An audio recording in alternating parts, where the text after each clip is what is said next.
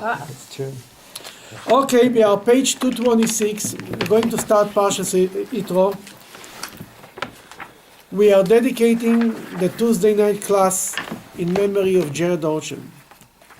And God willing, this should be every Tuesday night because his father is a member, is I would say the longest member of this class. That will be the most appropriate thing, that every Tuesday night the Torah that we learn will be in his memory and it should be for his neshama. Before we want to start on page 226, I want to share with you a story that the Baal Shem Tov told, a Baal Shem Tov story that gives us a little bit sense about the whole idea, what we will see, how to deal with tragedies that goes on in the world.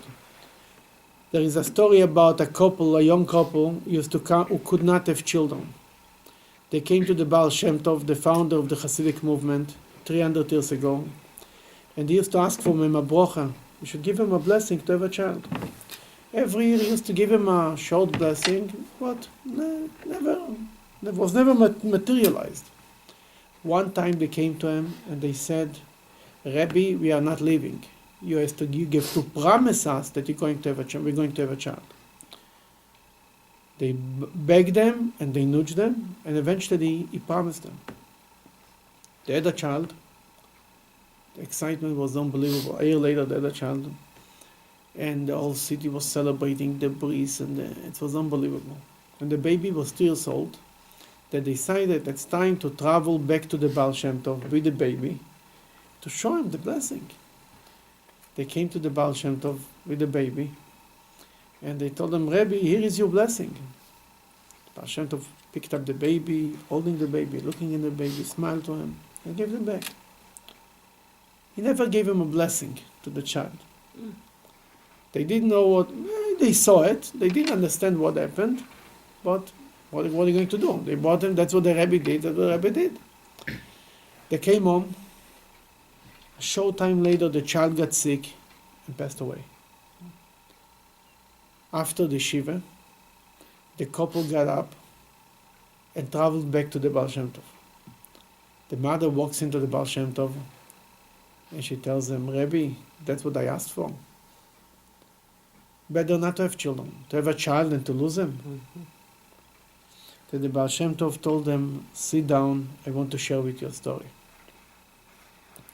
He told them like 100 years before that or 200 years before his time, in Poland, used to be something, it's called a poretz. A poretz is somebody who is a landowner, used to own like, let's say, the whole land of a city, Solon. And anybody who lived on his land were like his slaves. There was no rules, was no court, was no nothing. He can do with his people whatever he wants, especially with the Jews. And this landowner could not have children. Whatever he tried, he went to doctors, he went to all this kind of, all this, at that time he used to believe in astrologers and all of these kind of things. Nothing.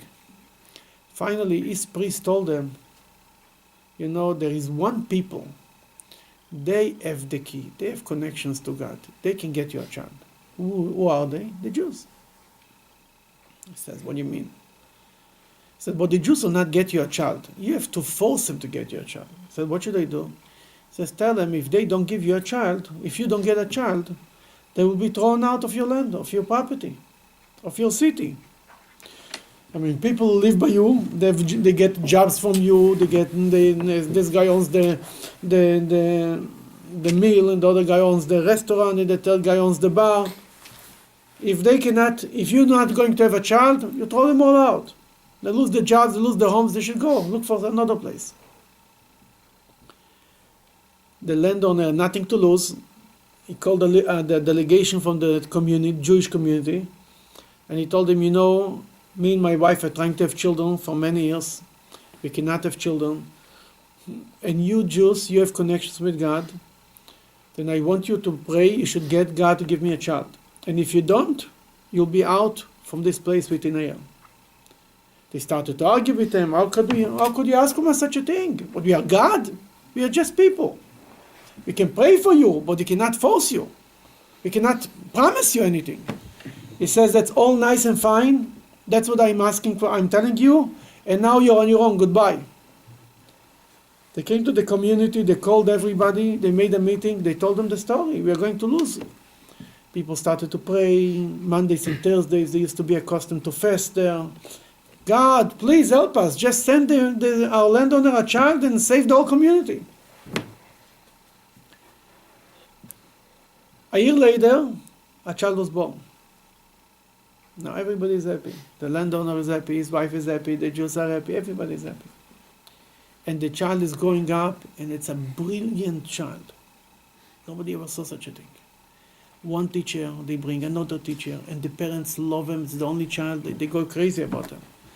And every time he is bored, he needs a better teacher. Finally, they brought a teacher from out of the country. And this teacher is really smart. He teaches him, and he knows, and he's happy with him. And the teacher had a strange custom. Every day, in the morning, he used to lock himself up in the room, and nobody was allowed to bother him. This boy, who was spoiled, and curiosity was an unbelievable, his curiosity was, he needed to know everything. He decided he needs to know what his teacher is doing in his room every day. He found the key, he sneaked in, laid under the bed, wait for his teacher to walk in. After a few minutes, he gets out from under the bed. He says, the teacher, what are you doing? And the teacher saw him, he turned colors, got scared, He says, what are you doing here? Teacher tells him, you don't belong. He said, if you don't tell me what you do something strange here, I'm going to tell my father. The king, the poets, the sheriff, if you want. He told him, I'm not allowed to tell you, because if I will tell you, your father will be angry. This teacher was an Eden Jew, and he used to pray every morning. And it was a talus and film. And the kids tells him, you have two options. Or you tell me, or I'm going to my father. If you tell me, I will not tell my father. But if you don't tell me, I will tell my father. Start to tell him about Jews. And the boy wants to know more, and more, and more. And it's never ending.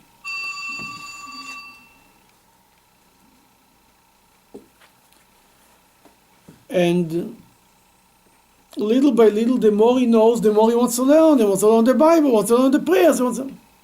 One day, the boy tells him, I want to convert to Judaism. Tells him, are you crazy? If you convert to Judaism, your father will kill me, will kill you, and the whole Jewish community. Finally, they came up with a plan. The boy came to his father, he told him, I have nothing to learn from this teacher. The teacher came and says, he knows everything. I have nothing to offer him. The only way for him to continue his education is to go out of town to a college, and there he's going to learn, to find more, to satisfy his thirst for knowledge. The father didn't want to hear from it, to leave him. That's the only child. But the boy was nudging and bothering him and fighting and crying. What are you going to do in the end? Go, you want to go, go. He went out of town, he went to this college. A short time later, he disappeared. They started to look for him. They found his clothing by the river. If you find somebody's clothing by the river, what it means? He drowned. He's gone. You cannot find him. The truth was that he changed his clothing and ran away to a different country and came to a rabbi and asked him to be converted. At that point, he knew a lot about Judaism, and he was converted, and he lived the rest of his life as a Jew. Eventually, like every human being, this Jew died. He came to heaven. They said this soul was shining. First of all, by his birth, he saved the Jewish community. Later in his life, on his own found his Judaism, gave up on good, easy life, of very comfortable life to be as the sheriff, as the poets, gave up on everything just because he believed in Judaism and converted to Judaism on his own. Couldn't be anything better than it. But there is one small thing needed to be corrected. That by regular people it's nothing, but by him it was something that could be corrected also. He was nursed by the not-Jewish mother for 2 years, and obviously she didn't eat kosher food, and she didn't have to eat kosher food. They didn't have to eat kosher food. But for him, for such a soul, it could be better if these 2 years will also be completed. Baal Shem Tov says that they decided in heaven to send the soul back down for 2 years. And they were looking for a couple who they can entrust the baby for 2 years, who will take care of them in a way that nobody else can take care of them. And the Baal Shem Tov looks on this couple and says, and you were the couple. You got a gift, you were entrusted with this baby. This gives us an explanation of the whole idea when we see such, God forbid, such tragedies. Then it's a person who comes for a certain amount of time, and God is trusting a parent to give to this child the best life that can possibly be. And these parents were raising this child for the amount that was intended to be from day one. And when he's finishing his job, he's completing his job until the last moment, and he's leaving. Jared was 30 years old. He was not 31. He was not 29. He was 30 years old. It's a complete cycle of life. And even this, that he died on New Year's, even it's not the Jewish New Year's, but it still has a spiritual meaning, that he completed a certain amount of time in the world, and now he went back. And the parents had the merit to raise such a child and to give him the best in his life. Then from now on, this Tuesday night will be in his memory. And now we'll go to page 226 and ask from Jeff to start to read.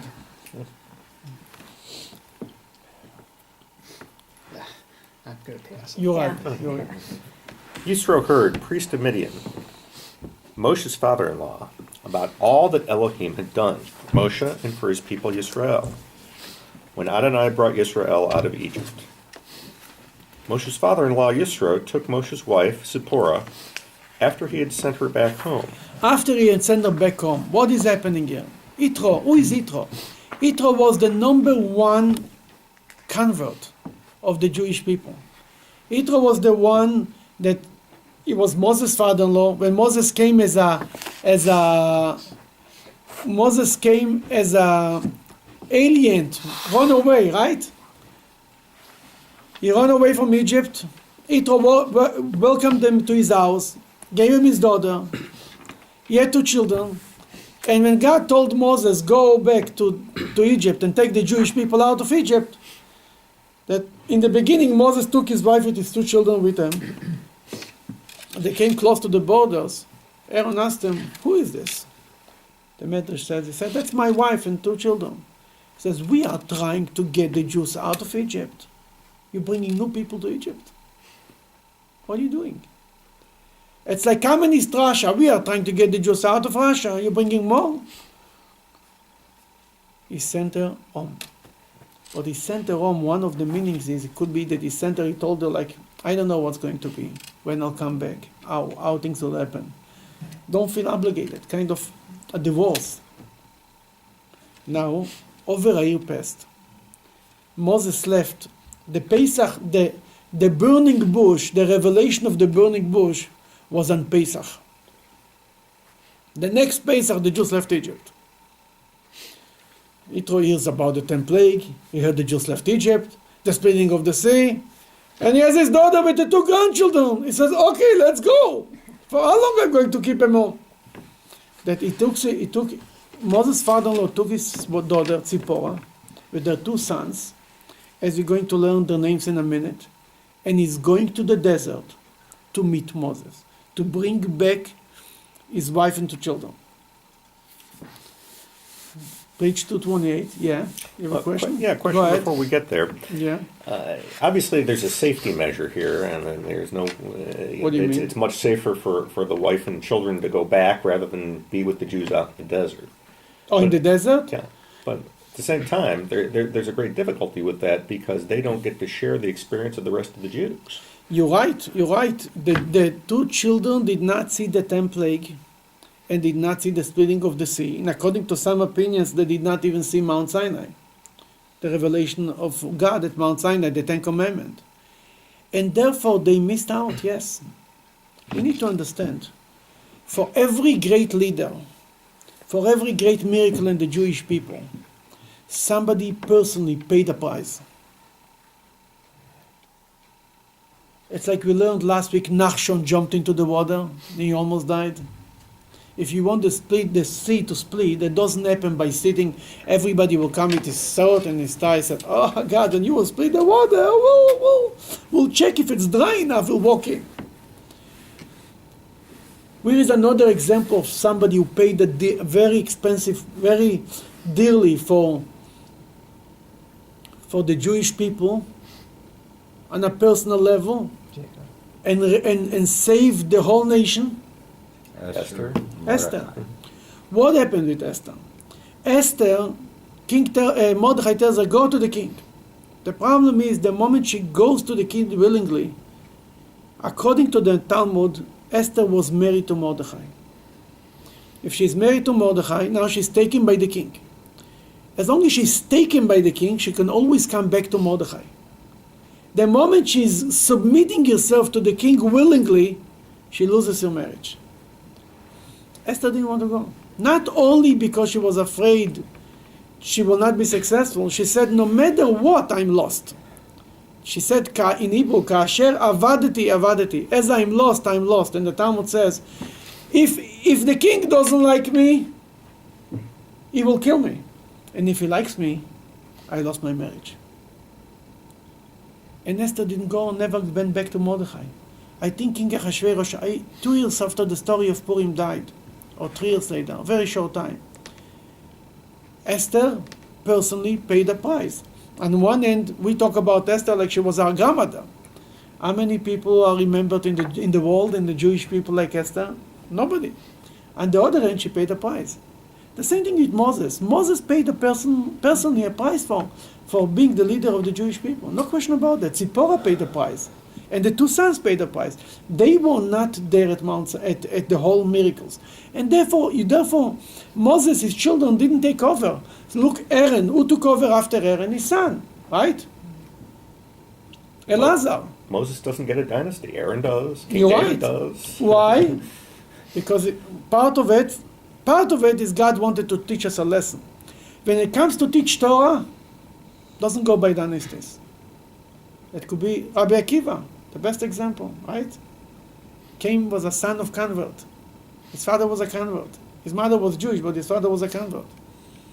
And he became the greatest rabbi ever stood for Jewish people. Rabbi Akiva brought such excitement to Judaism that was unbelievable. Today, when you read about Rabbi Akiva, you get excited. He wasn't any. Why? It's written, the other, and the Medrash says that God makes it many times the children and grandchildren of rabbis should not be as great as the rabbis, because if this will be like a dynasty, regular people will say, oh, I cannot make it. Look, it's a dynasty. My father wasn't a rabbi. My grandfather wasn't a rabbi. Here we know somebody sitting by the table, his son is a rabbi. Mr. Olgen, even if his father was not, Mr. Olgen is not a rabbi, he's almost a rabbi. What is a Kohen? He's not a rabbi. His son is a Kohen and a rabbi. And God willing, his grandson.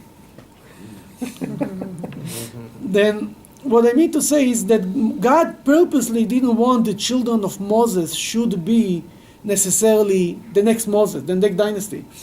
But they were even less than that. And a part is because Moses was not there.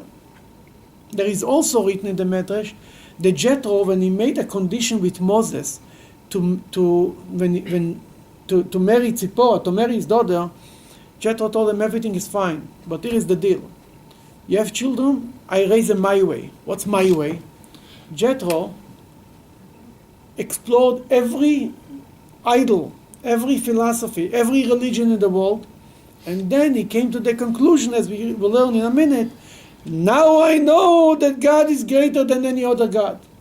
He says the same thing I'll do to my grandchildren. We'll explore them everything. We'll show them everything, and they will make the decision. Moses didn't like it, but Moses had no choice but to agree. from such an education, it doesn't go too far.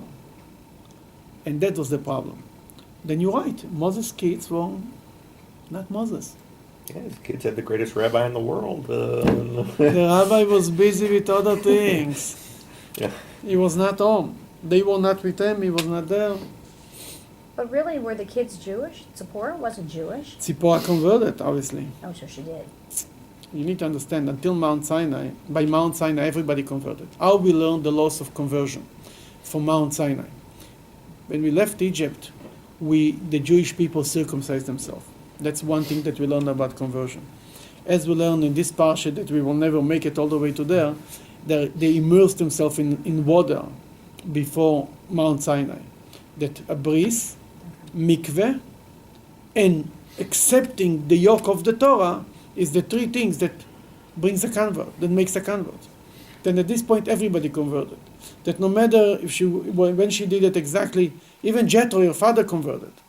Then the children, she probably converted before they were born, but let's say even later, they convert. No matter how, it was a conversion because the whole nation was converted. Yeah, but they were not children of a family that comes from. Yes, this is true. It happened to a few leaders. I mean, Joshua married, according to the Talmud, Rachav. You know who Rachav is? He was the one who. In Jericho. With the spies. Yes. She was not Jewish. I mean, as I said before, Rabbi Akiva was not from a Jewish origin. Rabbi Meir. I mean, there is many who are not from a Jewish origin.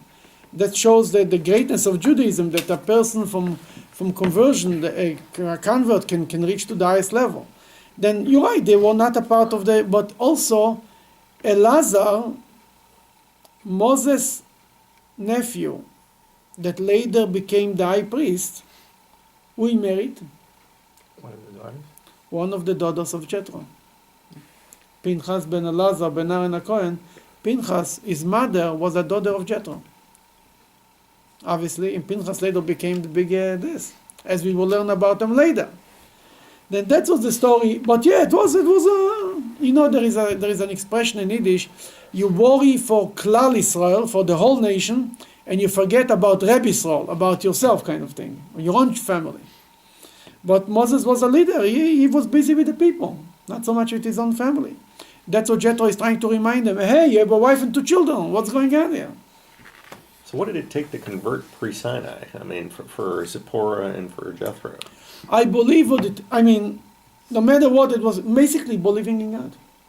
So it was a statement of faith, basically, that made them converts at that Stop point? worshipping idols. At that time, it was the hardest thing to do. Not to worship idols and to believe in God. It's a statement in the Talmud that a Jew is someone who has abandoned idolatry. And that was kind of the standard at that point? Yehudi comes from the word oda'ah, somebody who denies all idols and accept the believing God. I don't think there was a mikveh. Maybe it was, but maybe that's what it's hinted in the Bible that Moses found his wife by the river. I don't know, but and a regular explanation, yeah, it was before Mount. No matter what, if it was before Mount Sinai, it was basically accepting, throwing away all the idols from your house and believing in God. That meant to be, and following God's rules, whatever the rules it was at that time, the 7 Noachite laws, and Abraham introduced the mitzvah of bris. Look, Zipporah made the bris for Eliezer, right? Zipporah did it, the convert, not Moses.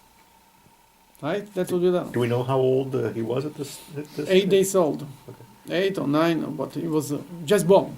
Yes.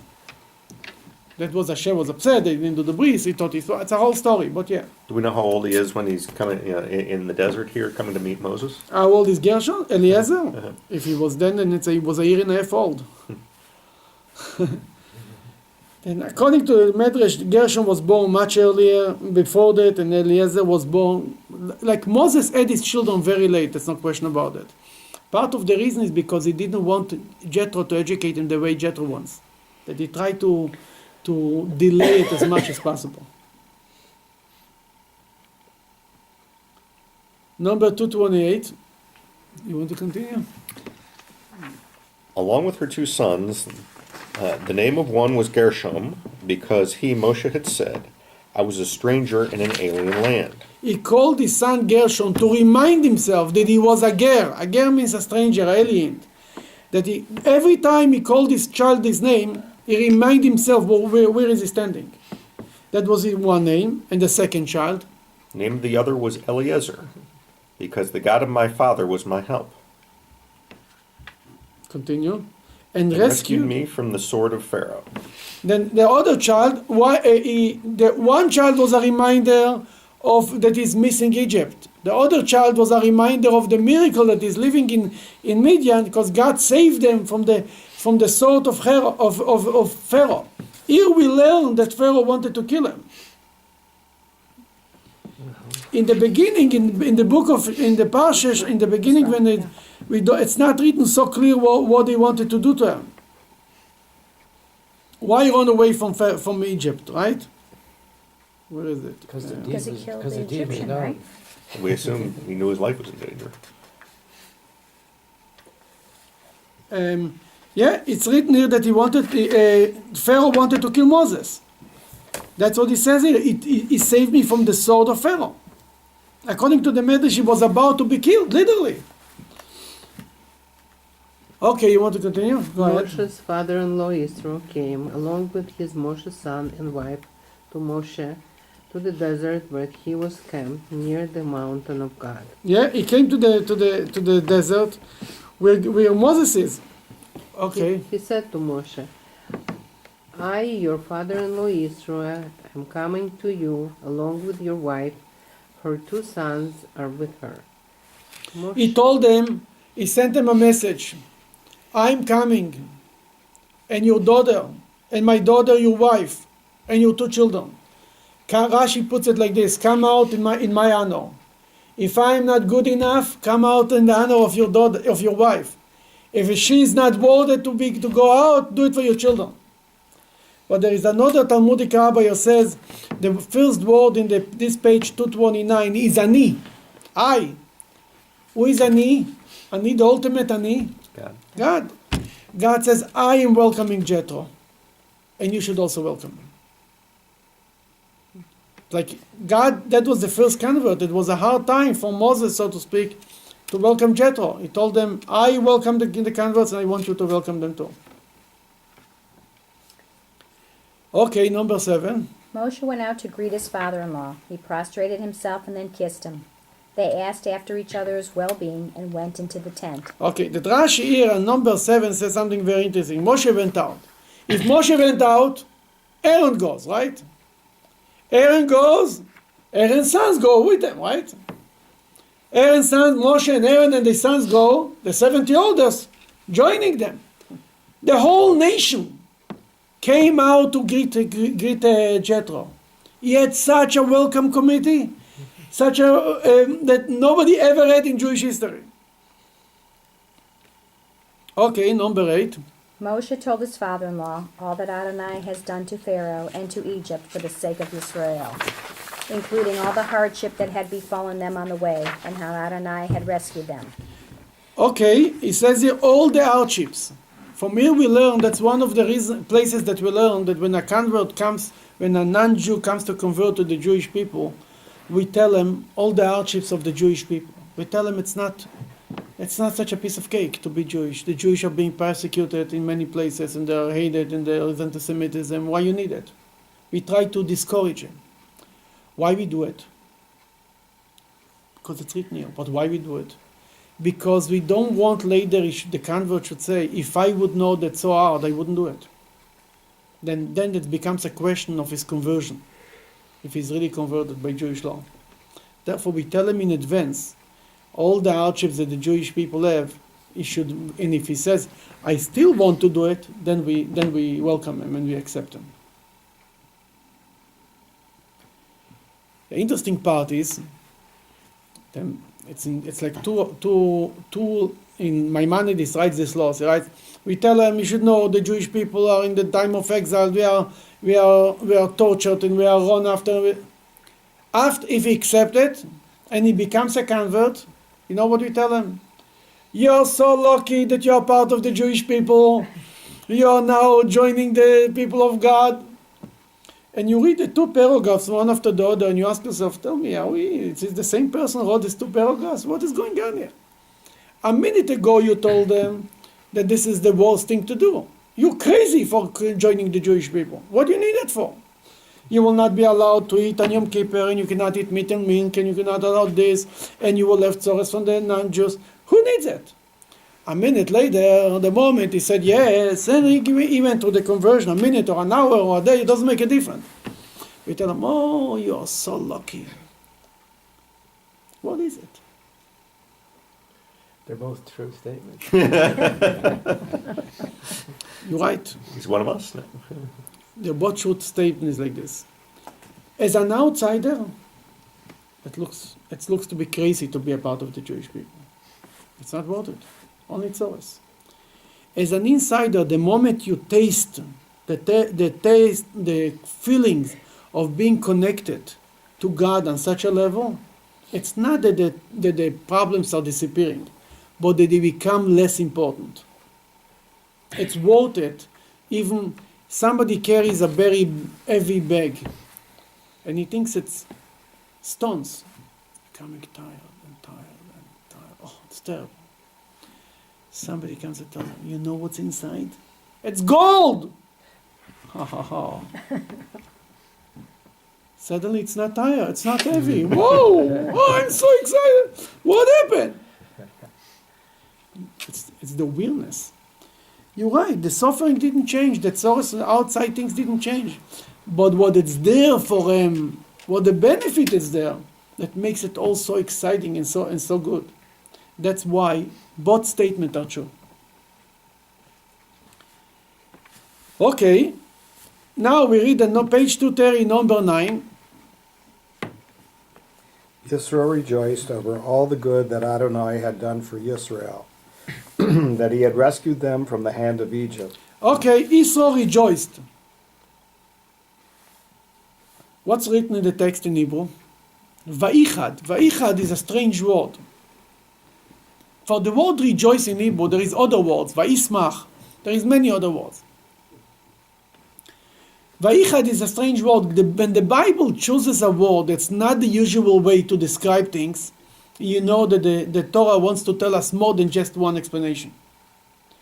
Va'ichad, in here where the translation is losing it, because you have to translate the literal translation. You cannot translate more than one meaning.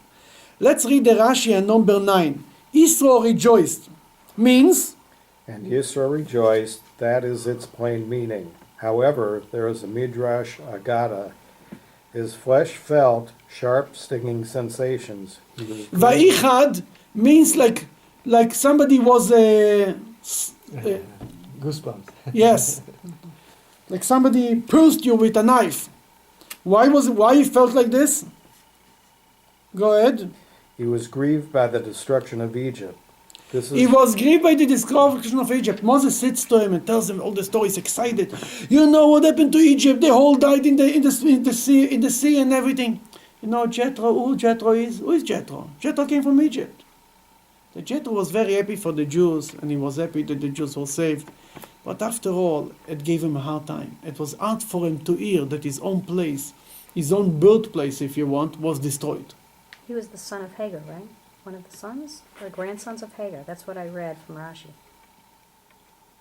You read it from Rashi? I Hey. did. In the Chayinu. That's a long time. Rashi? I think it was Rashi who read it. Mm-hmm. Where you read it in In the Rashi? Chayinu. Where? Chayinu. In Chayenu? Rashi, that was a Rashi that told you that Jethro It's was related to Hagar. a grandchild of Hagar. Maybe I'm a grandchild. That's very interesting. Could be. I have to check it. I'll bring it. I'll bring it tomorrow. Bring me a chumash. We don't have to go so far. That could be. I'm thinking. Bring me just Bereshis right here. Come here. Look at me. Hey. Right there. Yeah. Number 1. Yeah. Please. Thank you. I will find it. He was Hagar's grandchild. Grandchild or son? Or Because son. it said Keturah / Hagar. So that's where I'm going to look Right. for. Exactly there. No. That was Abraham's wife, other wife? Keturah. Oh, Yeah, and let's see. Shmo Keturah.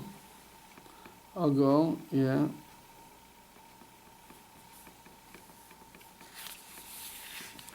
Yeah, Agor Keturah.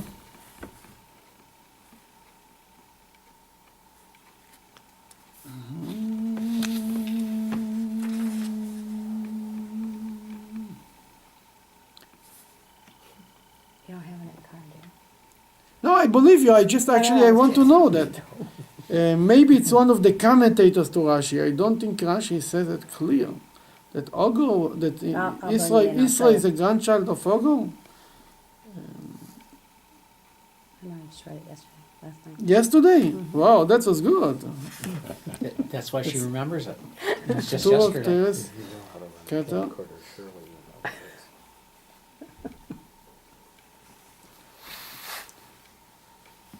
this. That Yitro was a grandchild of Ogor. That's very interesting. I never heard it. And that's Then why it he was makes so more upset sense. about this, About the Jews, so to about speak. Egypt. Oh, about Egypt. that makes sense. Nea Pilakshim, that one of them is Israel. That's very, maybe, makes sense. Yeah, it makes a lot of sense, I mean, what you say. But, But You I ever just heard? read it. No? okay, that's good, that I learned something today. I'll bring it home. and read it. I'm trying to, the only other place it could be is when he speaks about Yitro. Here, maybe. Maybe it's written here. Okay, let's complete just to finish the Rashi. A proselyte.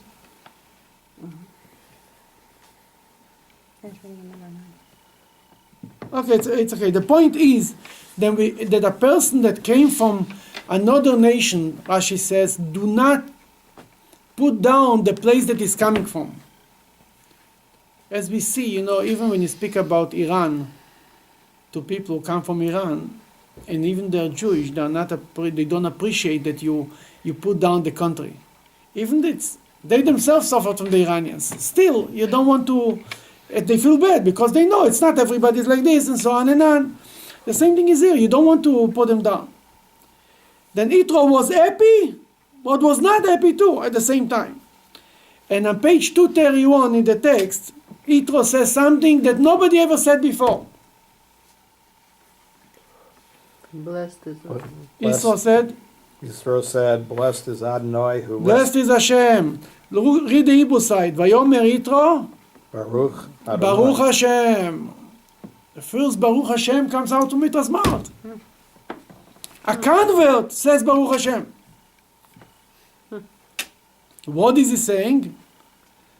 Who rescued you from the rescued hand? you from the hand of Egypt and from the hand of Pharaoh, who rescued the people from under the hand of Egypt. Okay, Mr. Olgin, you want to continue number 11? Number 11, yeah, read. Okay. You want to read English, right? Now I know that Adonai is greater than all of the gods. Now I know that Hashem is greater than all the other gods. Not just now I believe, now I know. Jethro says.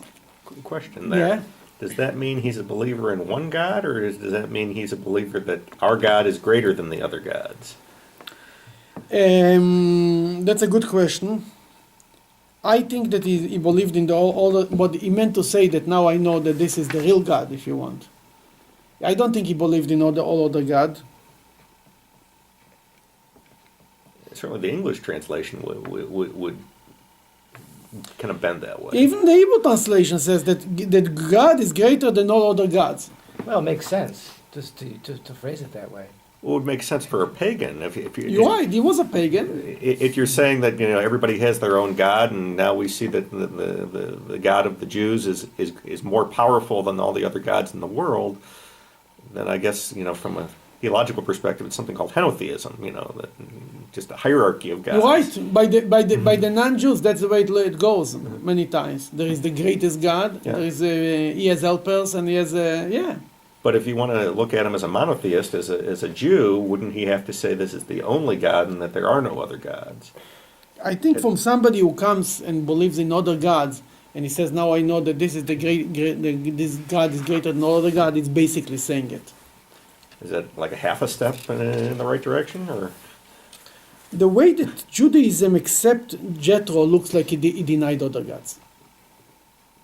You understand? Then I don't think but you're right, from the language itself, it could be that he believed he didn't give up on all other gods. He just saw that God is the real thing, the great thing.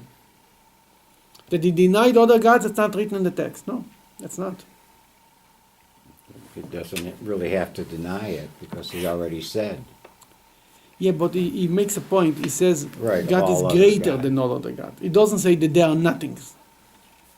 He's not denying those the other guys. What? He's not really denying. No, the moment that you say But- that this is the boss of all bosses, you basically say that the other bosses mean nothing.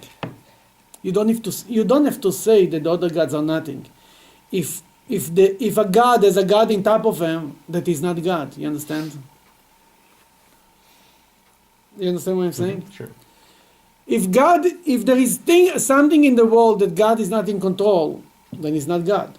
If a God has a boss on him, that is not God. What's God? God means the all-powerful one. Somebody that nobody can that controls the whole world. Nobody can control him. There's nothing above him.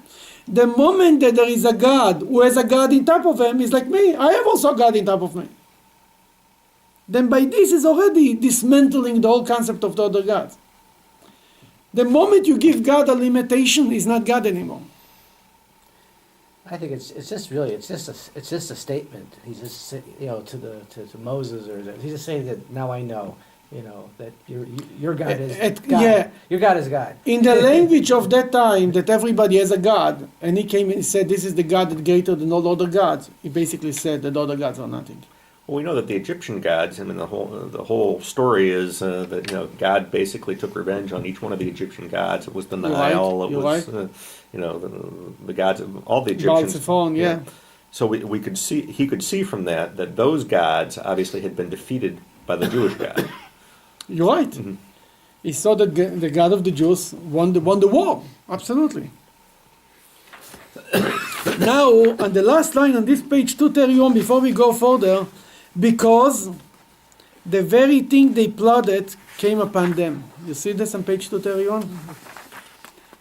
What does this mean? Oh, No, I was in the text. Oh, you were reading. I'm sorry. Because the very thing they plotted came upon them. Rashi says in the bottom, Mr. Olgen, you want to read the last Rashi? Okay. You're right in the page. yeah. As Onkelos translated, they planned to destroy them through water and were themselves destroyed through water. Aha! Why God needed to schlep the Egyptian out to kill him in the sea? He can kill him in the beds. How he killed the firstborn? In the beds. Measure for measure. But God didn't measure for measure. Why God killed the firstborn? Again, measure for measure. The firstborn, God told Pharaoh, if you don't allow my firstborn son, Israel, to go out of Egypt, then measure for measure is a very, very prominent thing in the Bible. All over. Thousands of examples about it. And that's what he says in this Rashi. In any case, page 232, number 12. Go ahead. In top of the page, you are right there, in top of the page, yes. Then Yisrael, Moshe's father-in-law, brought a burnt offering and a peace offering to God. Aaron and all the elders of Israel came to eat bread with Yisrael, Moshe's father-in-law, Before God. before God. They were breaking bread with Moses. Who was the host? Moses. Moses stood and served his father-in-law, and he served his father-in-law and the whole family. Anybody who was around, Aaron came to eat with them. Aaron and the elders came with Moses' father-in-law. What was Moses doing? Moses was the host. He was taking care of it. And they had a welcome party in honor of Jethro. That was the first day that Moses, everything was about. Moses had a nice conversation with his father-in-law. First of all, he kissed his father-in-law. That's already an achievement. You're kissing your father-in-law. Then you sit down with him. You tell him the stories. Then you have a meal with him. That was the first day. Comes the next day. It was the next day, 2:33, on top of the page. I just one question. Yeah. Yisro brought an offering himself, right? Mhm. Yisro. So is there any significance to what? I mean, instead of Moshe bringing the offering, why Jethro brought the offering? Yitro felt that he wants to bring the offering to God. To God. Okay. He wants to thank God for making it to the desert, that his son-in-law welcomed him so nicely. That's alone, it's a reason to thank God. It could be the opposite, it could be the other way. By the way, from here we learn also the Talmud points out that a person has to be sensitive and careful of his in-laws' honor. You are obligated to honor your parents. But your in-laws, you also have to be sensitive. Because we learn from here that Moses honored his father-in-law. Okay. Thank you. It was on the following day that Moshe sat to judge the people. The people stood around Moshe from morning until evening. Okay, it was on the following day. The Rashi gets into a whole discussion the following day. It couldn't be the following day because it was this. In any case, whenever it was, Moses saw, Jethro saw that there is a long line of people standing, waiting for Moses to give for answers. They have disputes, they have fights. And Moses, how many people can Moses take care of? And most of the people go home in the evening disappointed. They didn't see Moses standing a whole day online, got angry. You get only more angry, not less angry, if you stand in line and you cannot make it to the judge. Then, number 235, when Moshe's father-in-law saw that all that he did for the people, he said, "What is this that you are doing for the people? Why are you sitting by yourself and letting the people stand around you from morning till evening?" Moshe said to his father-in-law, "Because the people come to me to seek instruction from God. Go ahead. Whenever they have a problem, they come to me, and I judge between man and his neighbor. I impart to them God's statutes and his laws." Okay, what's going on? Moses tells them, what should I do? They all come to ask me questions. They all want to learn the laws of God. If anybody has a dispute with his friend, he comes to me. That what was Jethro's idea? Let's hear. Go ahead. Just before we Go get ahead. there, he's talking about the statutes and laws. Is this before Sinai or after? That's Depending a whole on- no. That's depending on why the commentator. That's why the commentator said it was after Sinai. Yeah, So they ate manna.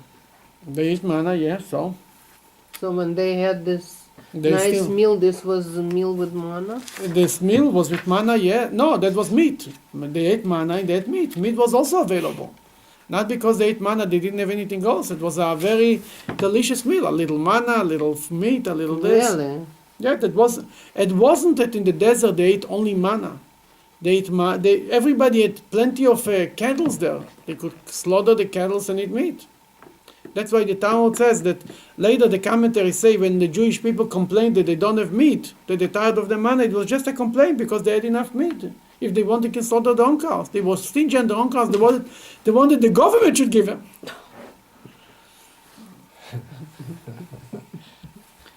Moshe's father-in-law said to him, "What you're doing is not good. You're going to wear yourself out. You too and this people that is with you. This activity is too heavy for you. You cannot do it alone.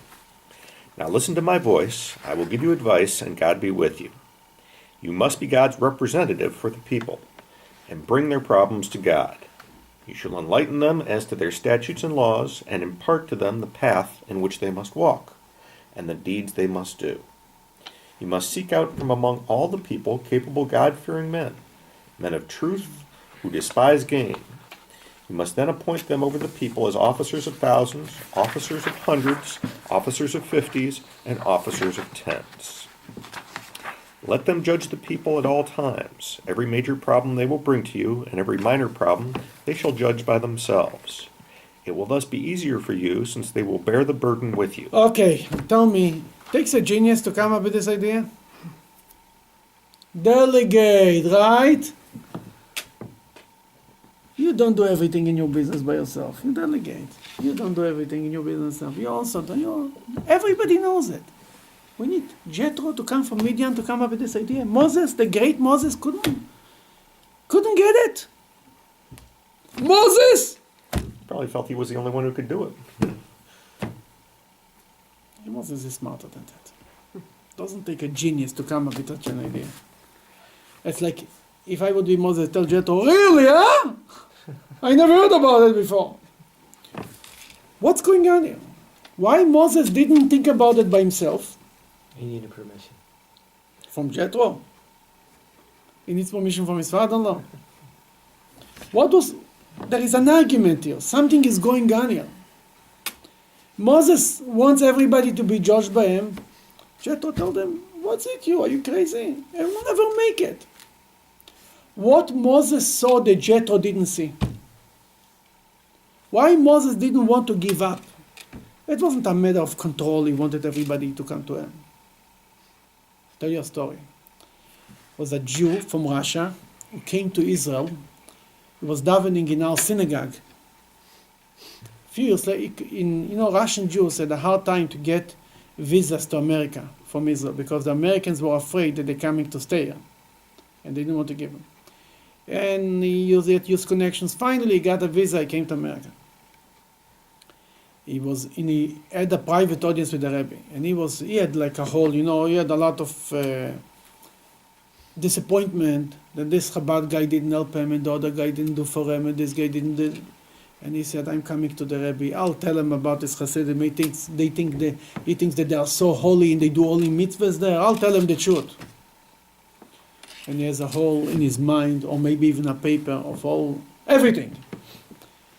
And I heard from him the story. He said he walked in, the door opens, the Rebbe gave one look at him, and in this minute he thought to himself, I'm going to say bad things about other people to the Rebbe. And in 1 minute, he changed his whole agenda, what he's going to speak. He didn't mention a word about it. What he had years, grudges that he was carrying to tell the Rebbe about them, in a split second, they disappeared. And what he spoke to the Rebbe about his family, and the Rebbe looked on the picture and spoke about his mother. It was an amazing audience. What happened there? What happened there was the Rebbe elevated him. The moment he stood in front of the Rebbe, he just be busy with the stupidities and going to tell the Rebbe, who cares? You're elevated. Suddenly all the other things become so foolish, so unimportant. That's what it is. Sometimes in a moment of sorrow or in a moment of joy, everything else becomes, who cares? Moses said, I want him to come to me. You know what happens when you stand on the line by Moses? As you're getting closer, you start to think to yourself, what am I going to tell Moses? What am I going to tell him? That I stole from him money? I'll lie to Moses? The line gets shorter and shorter, as they get closer. They say, you know what? I have an appointment. I have to run somewhere. I'll come tomorrow. Moses gives him one look of him, gives one smile. He's melting. What is he going to tell him? He's going to lie to Moses that he stole money from his friend. He gives him the money. He's embarrassed to show up to Moses. Just the idea that he will end up by Moses, he's not doing it already. When the Rebbe was alive, 3/4 of the things that happened in Chabad didn't happen because just the idea that it might make it to the Rebbe, they didn't do it anymore. You didn't even think about it. Not only you didn't do it. Things that today are such a thing. Nobody even put it on. It didn't even came from ear to ear because the Rebbe might hear from it. That's what happened. Moses said, it's not, but Jethro, he doesn't get it. He's a convert. He's an outsider. It's not that he was a convert. He was an outsider. He's not a chassid. He doesn't get the relationship that Moses has with his people. He took them out from Egypt. He knows them. Moses had that relation before the last week's Parshah. The Jewish people complained, then they don't have water. Moses turns to God, he says, God, give them water. Soon they're going to stone me. God tells them, stone you. Go in front of your people. Rashi says, how dare you speak Lashon Hara? You speak gossiped on my children, they will never stone you. They love you. You know that. Moses knew it. And Moses said, they'll come to me. I gave one look at Mr. A and Mr. B. I said, oh, what's going on? You have nothing to do with your life. Get a life. That's why Moses didn't want to delegate it. That's why he didn't want to reduce. He wanted more than that. He didn't want middlemen. He says, I'm the middleman between God and them. The more middlemen are in the middle, the more people, the more steps, the less the connection is with God. But we know that every society under the Noahide laws had to have a justice system. Right? Moses didn't even want him to be. What happened at Mount Sinai? Mount Sinai, Moses said, I want you to hear from God. They hear the Ten Commandments. What happened after Mount Sinai? They came to Moses and told Moses, Moshe, you speak to God and tell us. Moses was disappointed. Moses said, I wanted you should say, we want to hear God, not you. Moses didn't want to be the conduit. They wanted, God says that's a good idea. Not everybody can have a Mount Sinai every 5 minutes. It doesn't work like this. But that was the argument between Moses, that Moses wanted it, but Jethro, because he's an outsider, he was more realistic. He says, you know what, that's a good idea and very nice, but... And there is another thing. The moment somebody comes and asks a question and puts a doubt, then you have to deal with it. As long as nobody asks questions, it goes. It flows. Somebody comes and says, oh, no, it's not going to work. Now we have to deal with it. Now Moses is asking God. God said, It's like the spies, the story of the spies. The Jews were supposed to go to the land of Israel. The Jews came and said, we should send spies. Now you have to deal with that. Send spies, the whole thing went in drought, right? And that's throughout the Jewish history. As long as you don't ask too many questions, it's working. The moment you start to make problems, and that's where it's like, right after that, Moses sent them home, right? Yeah. Leg is on the right. One advice was enough, one idea was enough. Why was it? He says, I don't need you to ask too many. The moment you ask questions, you're waking up, you're making it an issue. It becomes a discussion. It works. When people don't ask questions, for example, the famous story about Elisha with the oil. The moment the child says there is no more vessels, then the oil stopped coming, pouring. The moment you are questioning the situation, you're creating the problem. It's going, say forth, go, let go. Nobody needs your questions. That's what happened there. But he followed his advice. After he gave advice, it was out to shine, he had to follow. The moment he made, logically he was right. Moses was running at an above logic situation. The whole coming out from Egypt was normal, was logic. Here's the problem. How the Jewish people survive? How they have food to eat? That's normal, right? Manna from heaven is a very normal thing. How they water? Very normal. From a stone, very normal. Really, if you think about that, if I would have to do what's easier for God to rain? It should rain in the desert, and bread should come from the earth. Then the bread is coming from heaven, and the water comes from a stone. Right? God doesn't make miracles for nothing. Then the whole situation is miraculous from A to Z. They did not have one normal day in the desert. The clouds of glory protecting them. They're on the way to Mount Sinai. That's the problem. That they're standing in a long line. Don't worry, let them stand a little bit. You know what? If they stand on the line, tomorrow they decide, it's better to make up with my friend instead of standing there for another hot day. Maybe better.